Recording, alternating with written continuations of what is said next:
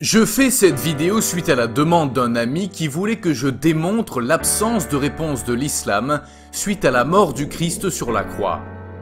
Je considère ceci comme un très bon sujet, car dans l'islam, il y a un reniement total de Jésus-Christ mort sur la croix et bien sûr sa résurrection.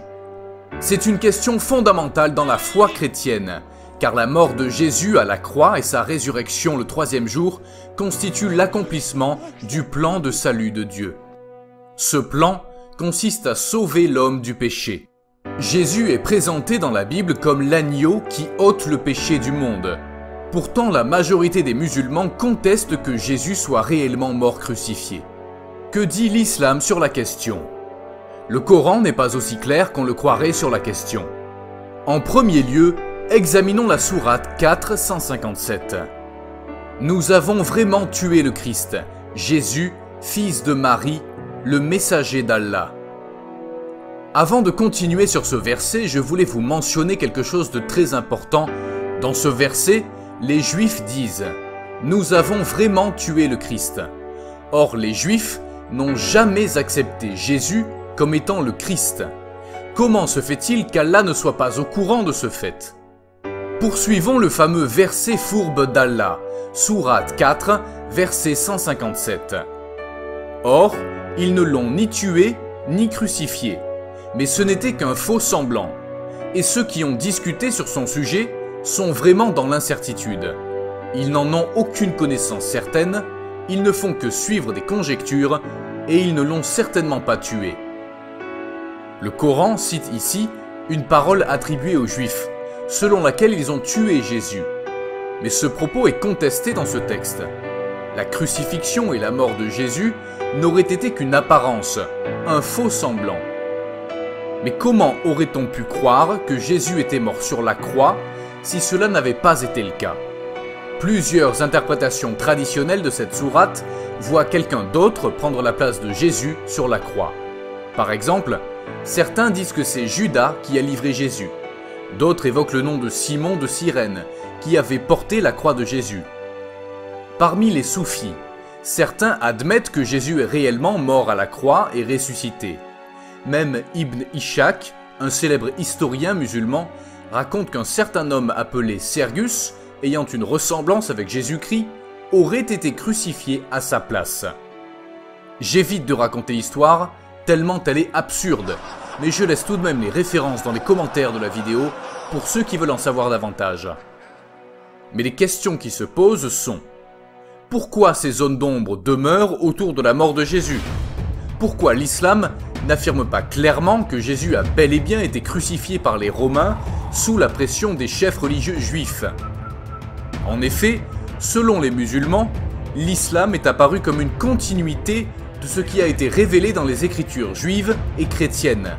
Mais au final, l'islam refuse l'affirmation très claire et répétée de nombreuses fois dans la Bible que Jésus est mort sur la croix en accomplissant les prophéties données aux Juifs.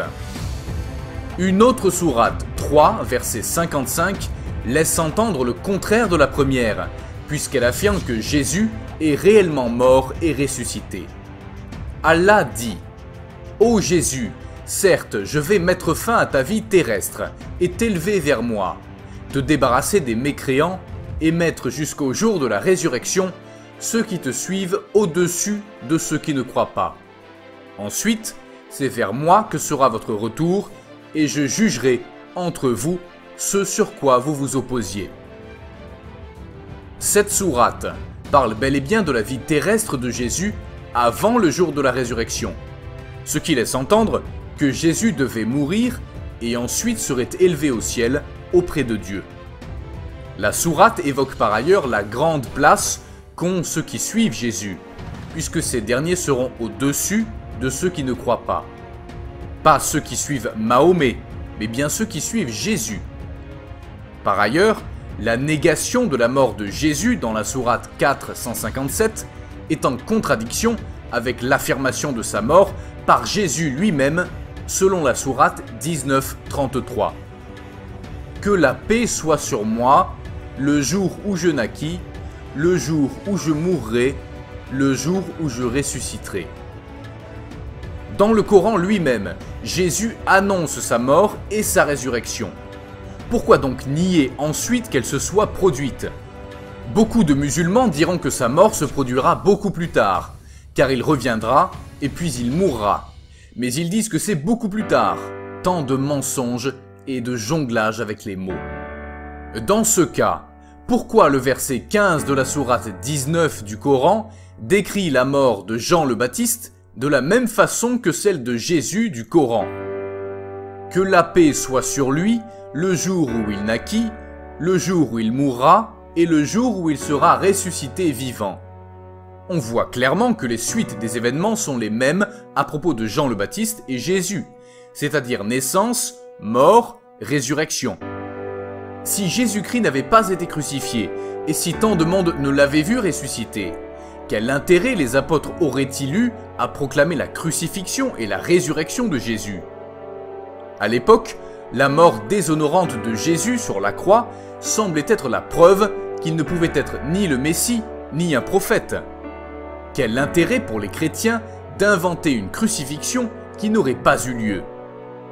Et qu'est-ce qui aurait poussé l'apôtre Paul à dire « Et si Christ n'est pas ressuscité, notre prédication est donc vaine, et votre foi aussi est vaine. » 1 Corinthiens chapitre 15, verset 14. Pourquoi la réalité de la crucifixion est-elle donc si importante pour la foi chrétienne? Une chose est sûre, la notion du sacrifice et du sang est centrale dans la Bible, car sans effusion de sang, il n'y a pas de pardon. Hébreux 9, 26. Mais s'il y a une chose dont le Coran et la tradition musulmane ne parlent pas, c'est la notion de sacrifice mentionnée dans la loi de Moïse, notamment les sacrifices d'expiation des péchés. Dieu a voulu mettre fin au péché et à ses conséquences sur l'homme, car le salaire du péché, c'est la mort. Romains 6, 23. Dieu voulait ainsi rétablir la relation entre l'homme et son Créateur. Il en a montré le moyen par les sacrifices d'animaux qui portent le péché à la place de l'homme condamné. Lévitique 17, 11. Seulement l'effet de ces sacrifices était limité dans le temps, puisqu'il fallait les renouveler chaque année par le biais d'un grand prêtre.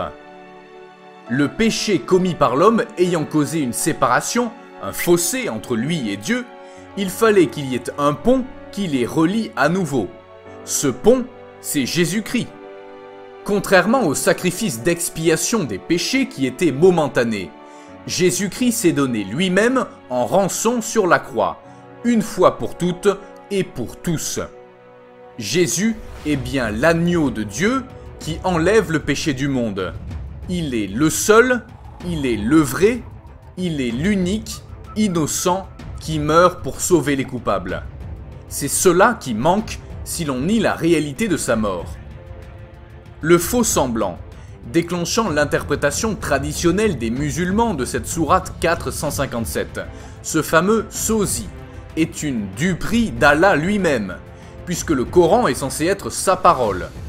Ça n'a aucune logique de tromper des témoins juifs et romains devant la croix en y mettant un sosie, si 3 jours plus tard ceux-ci voient Jésus-Christ debout ressuscité. C'est très grave. Par la fourberie d'Allah, des milliers d'innocents, enfants, femmes, hommes, seraient devenus chrétiens. Puis ce même fourbe, Allah, se réveille 600 ans plus tard pour apporter un livre, le Coran, qui contredit la Bible. Posez-vous des questions. Des milliers d'innocents sont devenus des millions, mais Allah les envoie en enfer parce qu'ils sont chrétiens. Sourate 9, 30. À cause de ce faux semblant, de sa parole qui laisse les gens sans explication. Quel serait l'intérêt pour Dieu de duper volontairement des innocents pour ensuite leur reprocher leur égarement? Ça n'a aucun sens, sinon d'être soi-même l'ennemi de Dieu, donc Satan.